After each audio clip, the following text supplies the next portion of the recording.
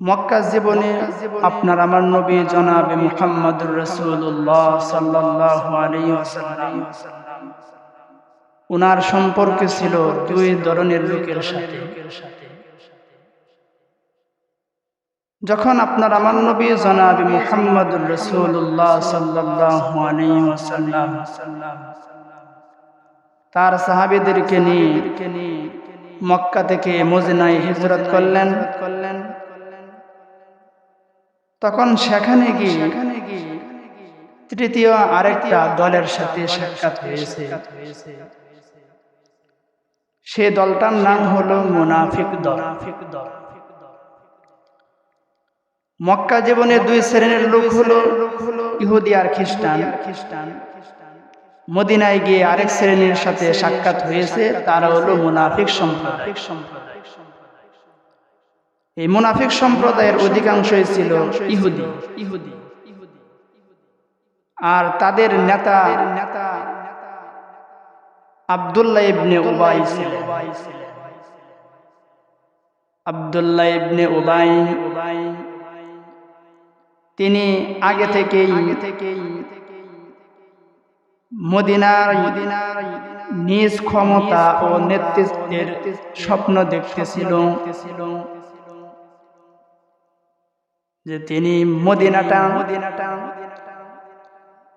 মদিনায় বড় নেতা হয়েছে, সে মদিনার নেতৃত্ব তিনি দিবেন, আগে থেকে স্বপ্ন দেখতেছেন। কিন্তু যখন আপনার আমার নবী জনাবে মুহাম্মদুর রাসূলুল্লাহ সাল্লাল্লাহু আলাইহি ওয়াসাল্লাম মক্কা থেকে মদিনায় গেলেন, তখন আব্দুল্লাহ ইবনে উবাইয়ের স্বপ্ন ভেঙে চুরে তছনছ হয়ে গেল, যে মুহাম্মদ হিজরত করে মদিনায় চলে আসছেন, এখানে আমার আর নেতাগিরি চলবে না। কিন্তু তিনার সামর্থ্যও ছিল না যে আপনার আমার নবীর সাথে সরাসরি মোকাবেলা করবে। সরাসরি মোকাবেলা করার শক্তি নাই। তখন তিনি ইহুদিদেরকে নিয়ে, খ্রিস্টানদেরকে নিয়ে, মুনাফিকেরা ইসলাম ধর্মকে নিঃশেষ করার জন্য ষড়যন্ত্র শুরু করে দিল। তাদের ষড়যন্ত্র খুব গুরুতর ভাবে পৌঁছে গেল। এই তিন শ্রেণীর লোককে আল্লাহ তাআলা সংশোধন করার জন্য, তাদের ষড়যন্ত্র এইগুলা থেকে তাদেরকে নিঃশেষ করার জন্যই আল্লাহ তাআলা এই সূরাটা নাযিল করে দিয়েছেন। বলেন সুবহানাল্লাহ। এই সূরাটার অনেক ফজিলত আছে।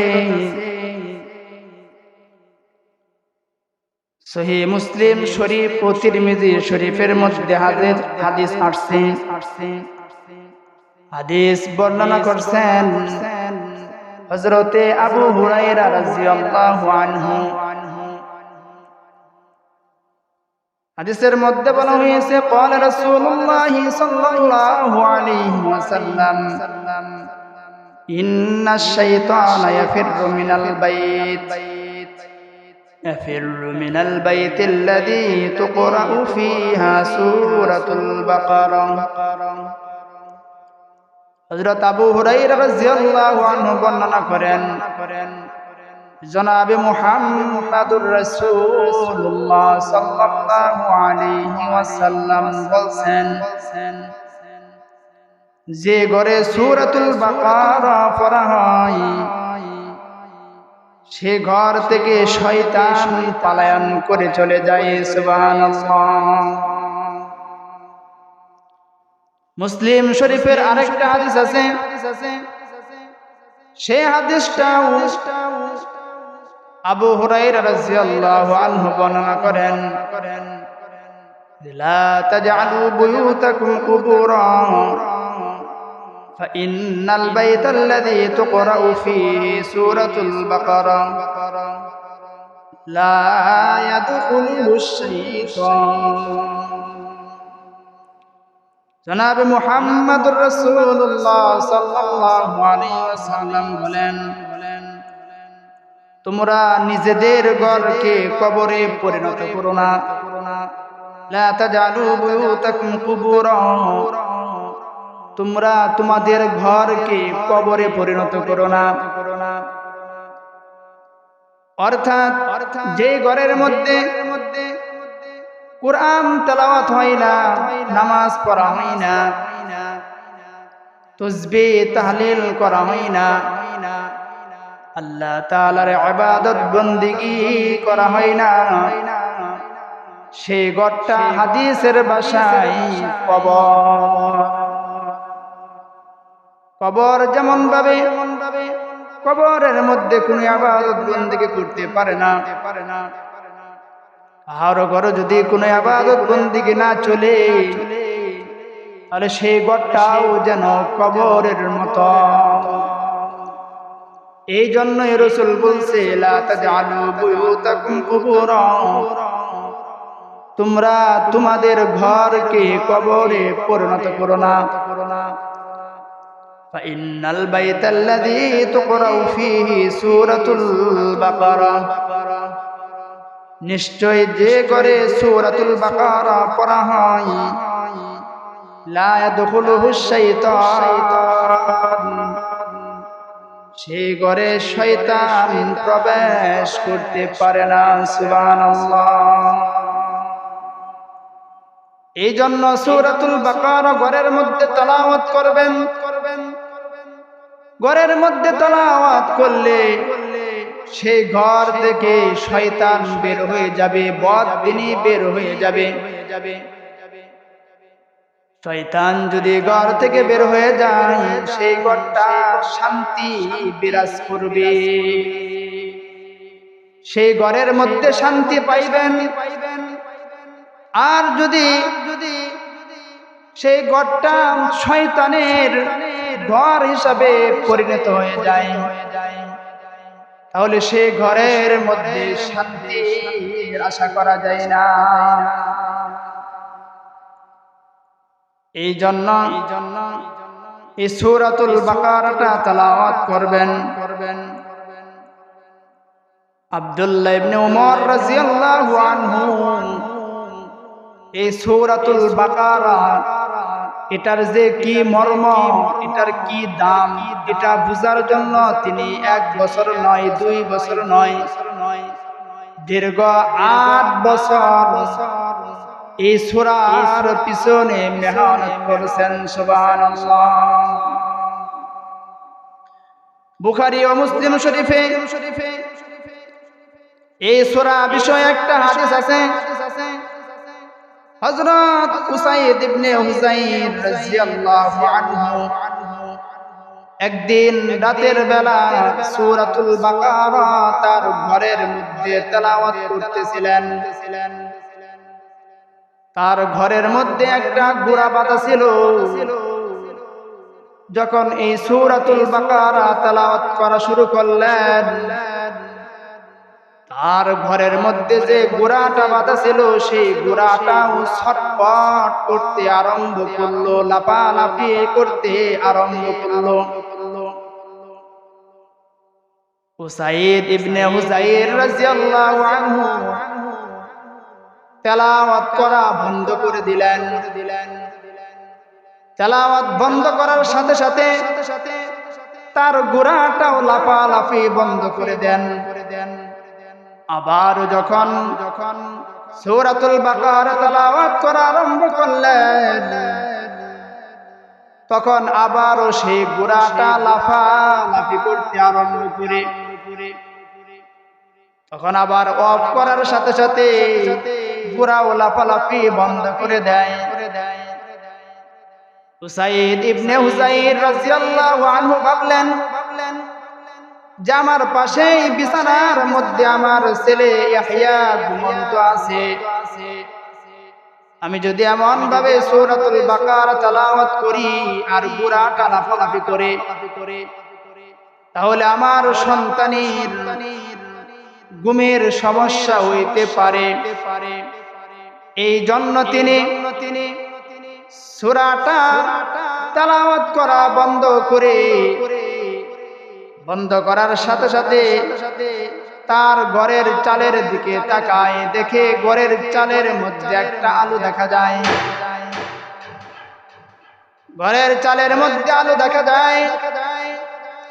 উসাইদ ইবনে হুযাইর রাদিয়াল্লাহু আনহু তিনি বুঝতে পারলেন না এটা কিসের আলু দেখা যায়। এই আলুটা দেখার জন্য তিনি ঘর থেকে বের হইলেন। ঘর থেকে বের হওয়ার সাথে সাথে সে আলু চলে গেল, সে আলু আর দেখা যায় না। পরের দিন সকালবেলা জনাবে মুহাম্মাদুর রাসূলুল্লাহ সাল্লাল্লাহু আলাইহি ওয়াসাল্লামের দরবারে গিয়ে বললেন, নবী, গত রাত্রে আমি সূরাতুল বাকারা ঘরের মধ্যে তেলাওয়াত করা আরম্ভ করলাম,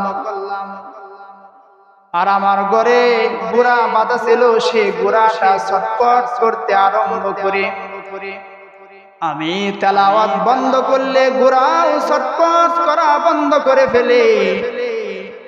আমি যদি তেলাওয়াত আরম্ভ করি, ঘোড়া ছটফট করতে আরম্ভ করে।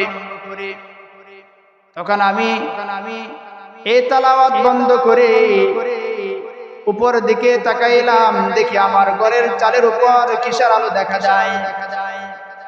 আমি বাহিরে বের হইলাম, ঘরের কিসের আলো দেখা যায়। আলো দেখার জন্য বের হয়ে দেখলাম আর কোনো আলো দেখা যায় না। জনাবে মুহাম্মাদুর রাসূলুল্লাহ সাল্লাল্লাহু আলাইহি ওয়াসাল্লাম বললেন, হুসাইন, তুমি যে সূরাতুল বাকারা তেলাওয়াত করতে আরম্ভ করলা, তখন আসমান থেকে স্বয়ং মহান আল্লাহ তাআলার ফেরেশতা তোমার ঘরের চালের উপর চলে আসছেন তোমার তেলাওয়াত শোনার জন্য। বলেন সুবহানাল্লাহ। হে উসাইদ ইবনে হুযাইর, তুমি যদি তেলাওয়াত বন্ধ না করতে, সারা রাত তেলাওয়াত করতাম, তাহলে ফেরেশতারা সারা রাত্রই তোমার তেলাওয়াত শুনতো। আর সকাল হওয়ার পরেও তারা থাকতো। মানুষেরা তাদের নিজ চোখে ফেরেশতাদের দেখতে পারতো। বলেন সুবহানাল্লাহ। তাহলে এই সূরা ঘরের মধ্যে তেলাওয়াত করা অত্যন্ত ফায়দা আছে, অত্যন্ত ফায়দা আছে। এই জন্য ঘরের মধ্যে সূরাতুল বাকারা তেলাওয়াত করবেন। এই সূরার শুরুতেই মহান আল্লাহ তাআলা বলেন, আলিফ লাম মিম, আল্লাহু আ'লামু বিমুরাদিহি। আলিফ লাম অর্থ কেউ জানে না। এটার অর্থ একমাত্র কেবলমাত্র মহান আল্লাহ তাআলাই ভালো জানেন। এই হরফগুলাকে বলা হয় হুরুফুল মুকাত্তাআত। এর অর্থ দুনিয়ার কেউ জানে না, কিয়ামত পর্যন্ত জানতে পারবে না। এরপরে আল্লাহ তাআলা বলেন, যালিকাল কিতাব, এটা ওই কিতাব, লা রাইবা ফীহি, এই কিতাবের মধ্যে কোনো সন্দেহ নাই। দুনিয়ার যখন কেউ কোনো বই পুস্তক লেখা আরম্ভ করে, তখন সবাই লিখে দেয়। যদি বইয়ের মধ্যে কোনো ভুল ভ্রান্তি আপনাদের ধরা পড়ে তাহলে অবশ্যই আমাদেরকে জানাবেন। দুনিয়ার সমস্ত বই পুস্তক এইগুলোর মধ্যে ভুল থাকে, কিন্তু মহান আল্লাহ তাআলা যে কিতাব আপনার আমার নবী দু জাহানের বাদশা নবী দু জাহানের সরদার নবী সাইয়্যিদুল কাউনাইন নবী জনাবে মুহাম্মাদুর রাসূলুল্লাহ সাল্লাল্লাহু আলাইহি ওয়াসাল্লামের উপর নাজিল করেছেন। সেই কিতাবের শুরুতেই মহান আল্লাহ তাআলা বলে দিতেছেন, যালিকাল কিতাবু লা রাইবা ফীহি। এই কিতাব তো এমন একটা কিতাব যে কিতাবের মধ্যে কোনো সন্দেহ নাই। বলেন সুবহানাল্লাহ। এই কিতাবটা কেন আমি নাজিল করেছি আল্লাহ তাআলা নিজেই বলে দিতেছেন, হুদাল লিল মুত্তাকিন। এই কিতাবটা হলো মুত্তাকিনদের জন্য হেদায়েত। কারণ এই সূরাটাই নাজিল করেছে আল্লাহ তাআলা ইহুদি খ্রিস্টান এবং মুনাফিক তাদেরকে জবাব দেওয়ার জন্য। কারণ তারা ইসলামকে ধ্বংস করার জন্য নিঃশেষ করার জন্য ষড়যন্ত্র করেছে। আল্লাহ তাআলা এই সূরা নাজিল করেছেন। এই সূরাতে শুরুতেই আল্লাহ তাআলা বলে দিতেছেন, এই কিতাবটা আমি মুত্তাকিনের জন্য হেদায়েত স্বরূপ নাজিল করেছি। সুবহানাল্লাহ। মুত্তাকিন কারা? যারা আল্লাহ তাআলার ভয় যাদের অন্তরের মধ্যে আছে, যারা নাকি আল্লাহ তাআলার আদেশগুলোকে মানে, নিষেধগুলোকেও মানে, আদেশগুলা পালন করে নিষেধগুলা ছেড়ে দেয়, তারাই হলো মুত্তাকিন। এই মুত্তাকিনদের জন্যই আল্লাহ তাআলা এই কিতাবটা হেদায়েত স্বরূপ নাজিল করেছেন। এরপরে আল্লাহ তাআলা মুত্তাকিনের কিছু কিছু বৈশিষ্ট্য বলে দিতেছেন। মুত্তাকিন কারা? এই মুত্তাকিনদের কথা আল্লাহ তাআলা বলে দিতেছেন। মুত্তাকিন হলো তারা আল্লাযীনা ইউমিনুনা বিল গায়বি ওয়া ইউকিমুনাস সালাতা ওয়া মিম্মা রাযাকনাহুম ইউনফিকুন। এই যে আয়াতটা, এই আয়াতের মধ্যে আল্লাহ তাআলা মুত্তাকিনের তিনটা গুণ বলছেন। মুত্তাকিন হলো তারা আল্লাযীনা ইউমিনুনা বিল গায়বি, যারা মহান আল্লাহ তাআলার অদৃশ্য গায়েবের উপর ঈমান রাখে। গায়েবের উপর ঈমান আনার মানে হলো মিনাল বা'সি ওয়াল জান্নাতি ওয়ান নার। যারা নাকি পুনরুত্থানের উপর ঈমান রাখে, যে আমাকে তো মহান আল্লাহ তাআলার দরবারে আবার দাঁড়াইতে হবে, দুনিয়াতে আমার মৃত্যু হবে, কবরে যাইতে হবে, মহান আল্লাহ তাআলা তো আবার আমাকে কবর থেকে পুনরুত্থান করবেন। এই পুনরুত্থানের উপর ঈমান রাখে জান্নাত আছে, জাহান্নাম আছে, এই কোনো কিছুই দেখা যায় না। জান্নাত দেখা যায় না, জাহান্নাম দেখা যায় না, পুনরুত্থান দেখা যায় না। এইগুলার উপর যারা ঈমান রাখে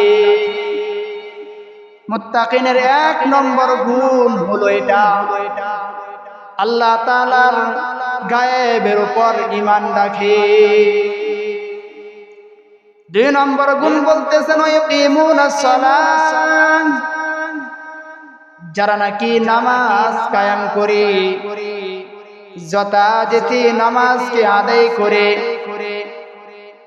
নামাজ কায়েম করা, নামাজ আদায় করা,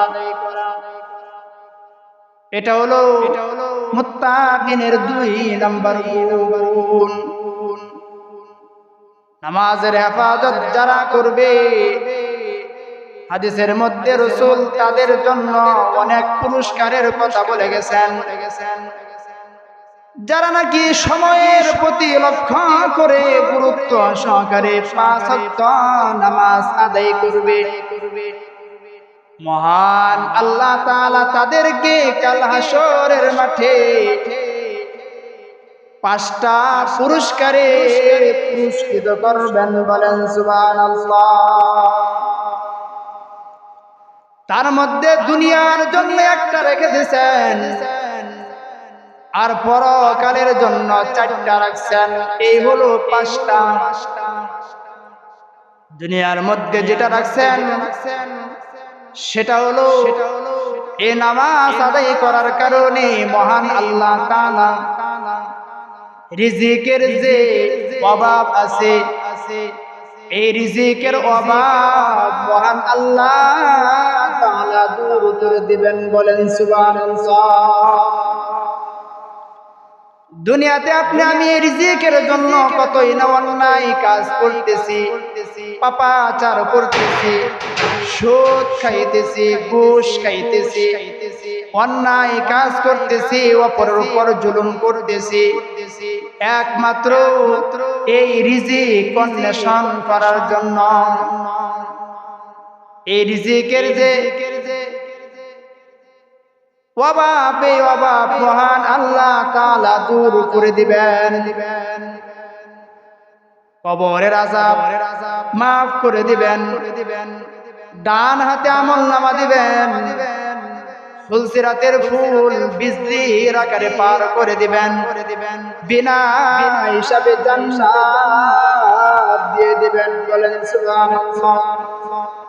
এই যে 5টা পুরস্কার, 5 ওয়াক্ত নামাজ আদায়কারীকে দান করা হবে। সুবহানাল্লাহ। তাহলে 2 নম্বর গুণ গেল ইয়াকিমুনাস সালাত, নামাজ কায়েম করা, নামাজের হেফাজত করা। 3 নম্বর গুণ হলো ওমিম্মা রাযাকনাহুম ইউনফিকুন।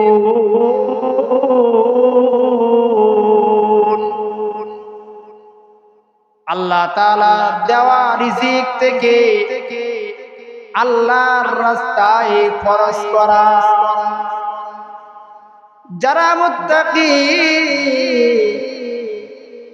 তারা মহান আল্লাহ তাআলার দেওয়া রিজিক থেকে আল্লাহর রাস্তায় খরচ করবে। এটা হলো মুত্তাকির 3 নম্বর গুণ।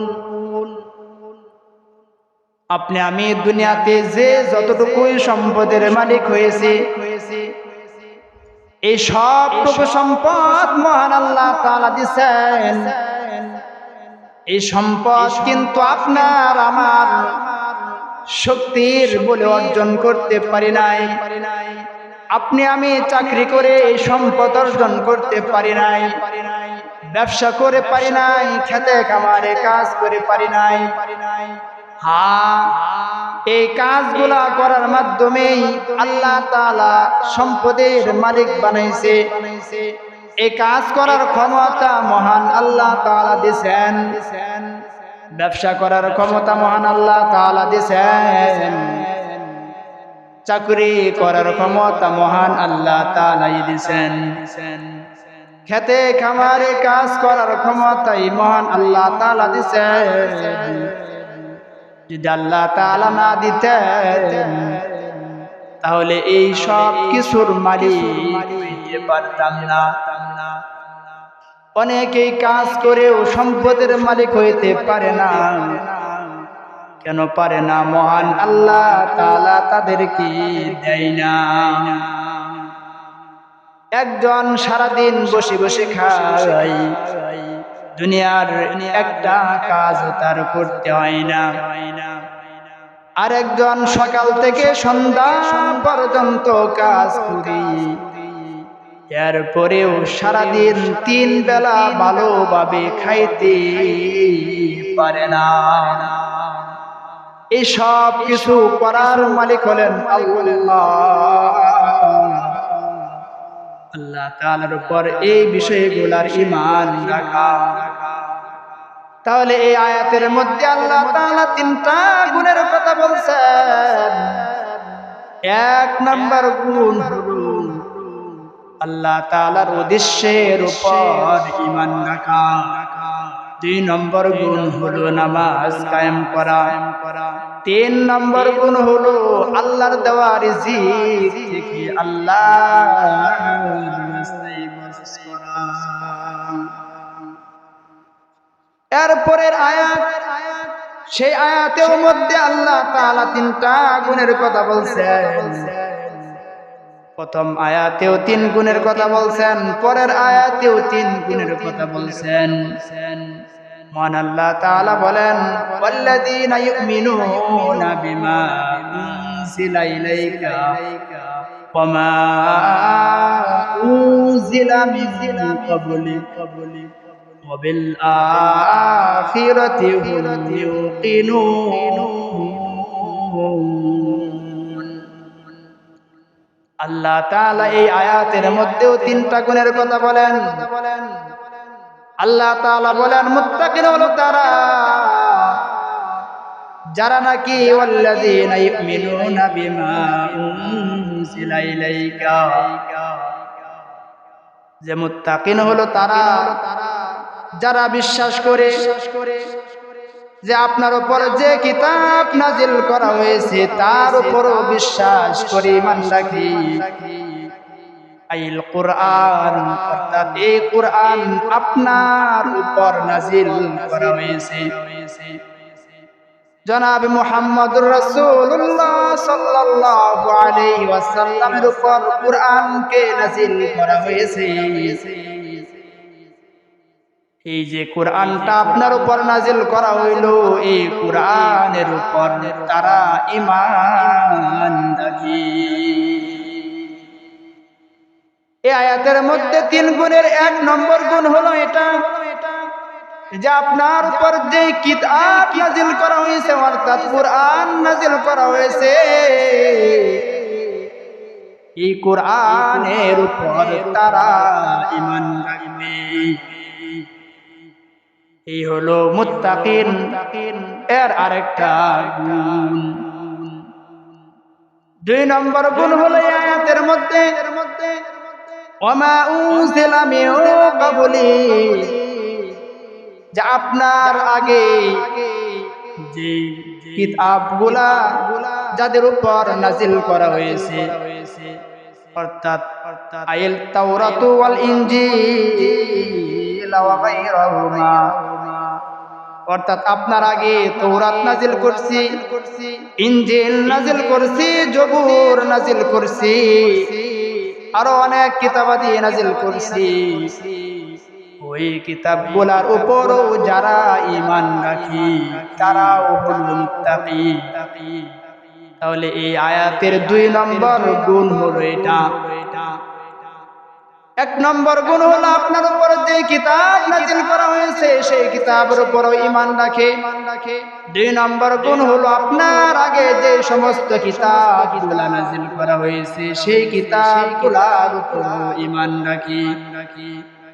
3 নম্বর গুণ হলো ওয়া বিল আখিরাতি হুম ইউকিনুন,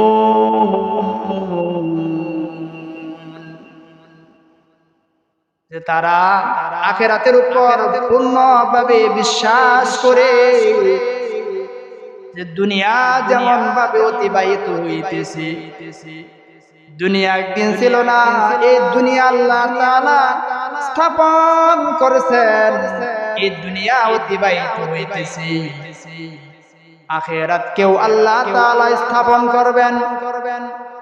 সে আখিরাতের উপর যারা ঈমান রাখে এটাও হলো মুত্তাকির গুণ। তাহলে আমরা এই দুইটা আয়াতের মধ্যে তিন তিন করে 6টা গুণ পাইলাম। এক নম্বর গুণ হলো আল্লাহ তাআলার উদ্দেশ্যের উপর ঈমান রাখা, মুত্তাকির গুণ। 2 নম্বর গুণ হলো নামাজ কায়েম করা, মুত্তাকির গুণ।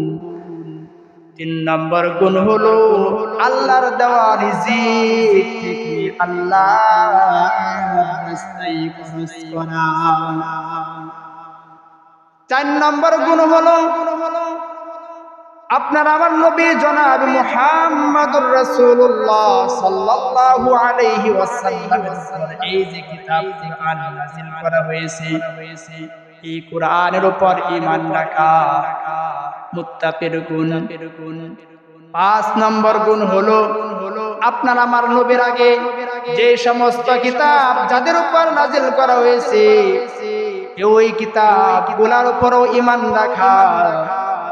6 নম্বর মুত্তাকির গুণ হলো আখিরাতের উপর পূর্ণভাবে বিশ্বাস করা। এই যে 6টা গুণ যাদের মধ্যে থাকবে তারাই হলো মুত্তাকি। তবে এই 6 গুণের মধ্যে আমরা 6 গুণ বিশ্বাস করি, কিন্তু তার মধ্যে একটা বিষয় সবচেয়ে বড় যে সমস্যা সেটা হলো নামাজ আমরা আদায় করি না। আমরা নামাজ আদায় করি না।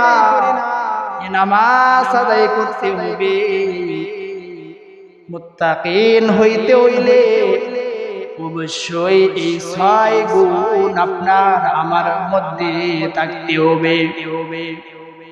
দেখেন আল্লাহ তাআলা এই 6 গুণ ব্যক্তিদেরকে কি বলে? আল্লাহ তাআলা নিজে বলতেছে উলাইকা আলা হুদাম মির রাব্বিহিম ওয়া উলাইকা হুমুল মুফলিহুন। এই 6টা গুণ যাদের মধ্যে থাকবে তারাই হলো উলাইকা আলা হুদাম মির রাব্বিহিম, তারাই হলো তাদের প্রভুর পক্ষ থেকে হেদায়েতের উপর। এই 6 গুণওয়ালা ব্যক্তিরাই হলো তাদের মহান রব্বুল আলামিনের পক্ষ থেকে হেদায়েতের উপর আছে।